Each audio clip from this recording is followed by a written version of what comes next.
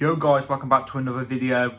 Sorry I took a little break. There's not been much news. I didn't realise as well, we've got a 2-week break. As if we haven't got a load of games to play in a short amount of time as it is. We've got a 2-week break, so I may as well make the most of it. Hopefully there's going to be loads of news coming out so I can give you guys some videos.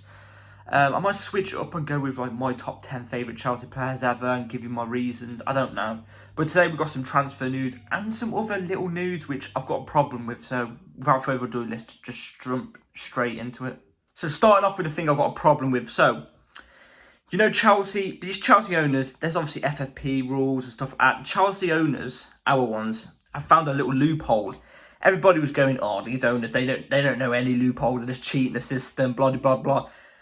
Turns out we have found a loophole of giving people long contracts.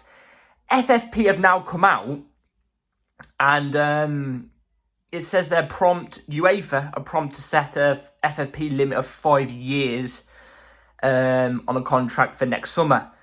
So we obviously did find a loophole. That's why they're crying about it and that's why they've put now a thing on. Now, I'm going to show you this thing somebody I follow on Twitter said. And it's funny because the bias is so unreal. So, Liverpool literally signed 2 players on a 6-year deals, nothing. Chelsea do it, UEFA make a change. The agenda and the bias is unreal.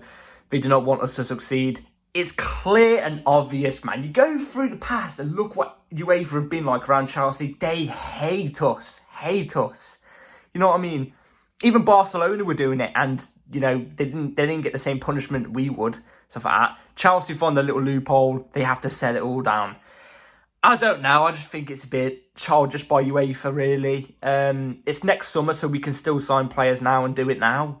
So, you know, our owners are clever. You know, to be fair, look at their businesses they've done and stuff like that. You've got to be clever to do what they've done.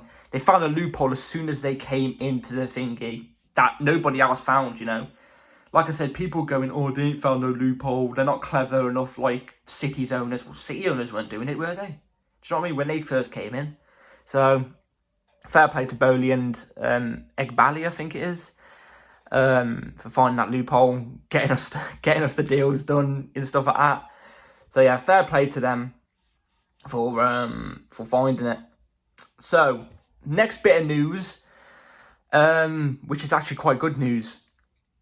But also there's a bit of a bad side to it. So, breaking from Fabrizio Romano, Chelsea have agreed personal terms with Malo Gusto on a long-term deal. So, if you don't know who Malo Gusto is, he's a right-back from Lyon. I think he's 19. He wants to join Chelsea. Chelsea put in a verbal bid to Lyon, but Lyon has said no, they want to keep him until the summer, where they no one listen to offers for him for the summer. So there's another player that wants to join Chelsea. What I say we do is put the bid down and say, all right, you can keep him for now. We'll loan him back to you for now, and we'll get him in the summer. So we signed him on a pre-contract, so nobody else can get him. Just do that. Just get it all done. You know, we're making big moves. You know, we're a 10th place team, and we're picking up superstars who want to join our project. I mean, it just says what the project's about, really. The people who are doubting Potter and Bowley and stuff like that, look up to the sky. Look up to the sky. You know what I mean? Because, trust me, this is going to be a good project. I just know it. So, our next bit of news here from The Athletic. Other sources have also said so exactly the same as this, which I didn't know as well. So, Joao Felix has a clause in the deal with Chelsea about opening the door to a permanent transfer in the summer. So, it looks like this is actually very, very possibly going to happen. I still don't know. I think we should judge him on his whole loan.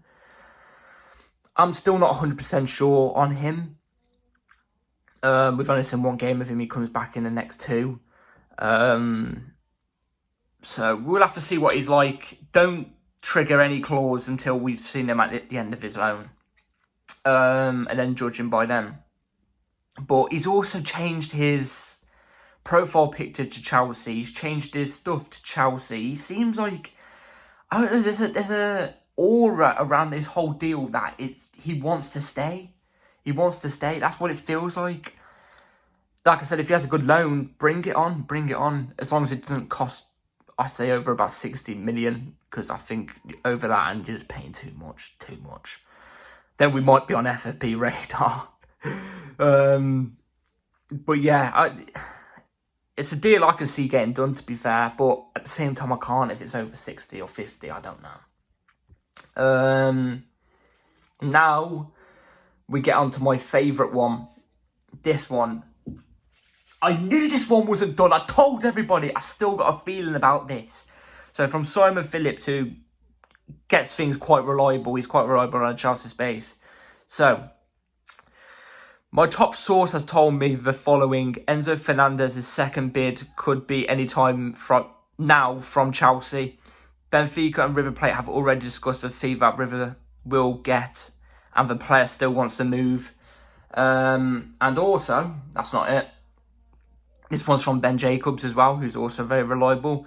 An improved offer for Enzo Fernandez could cause late drama. Enzo still wants to move to Chelsea, and the club are considering testing Benfica one more time. He wants to move. Chelsea want the move. River Plate and Benfica already been discussing to see how much they get. Just do it, man. Just do it. Just slap down the 90 million. Just slap it down. Just slap it down now. He will be a stone wall, always fit, world class. He'll be a world class midfielder in the next year or two. I can already tell you that. He will be world class by the end of next year or the year after. He will be. And he'll be at Chelsea for about 6 years as well. Do you know what I mean? Just get it done. He wants to move. Slap the money down. This is the type of player we need. He's creative, can play in the pivot. He's everything we need in a centre mid. It has to happen, you know. I get we need to be careful with the FFP and stuff like that. Screw it. Sign him on a pre-contract like we've done with Nkunku. Do the 6-year, 7-year deal thing, because that doesn't activate until the summer. So do the pre-contract thing now on like a 7-year deal, so it's split, so it's fine. Just slap the money down, who cares? We're probably going to make it back on player sales in the summer anyway, so you don't need to worry. Or maybe some player sales now as well. Just do it, man. It's so logical. This guy is better than any creative midfielder we need. This is our Cesc Fabregas.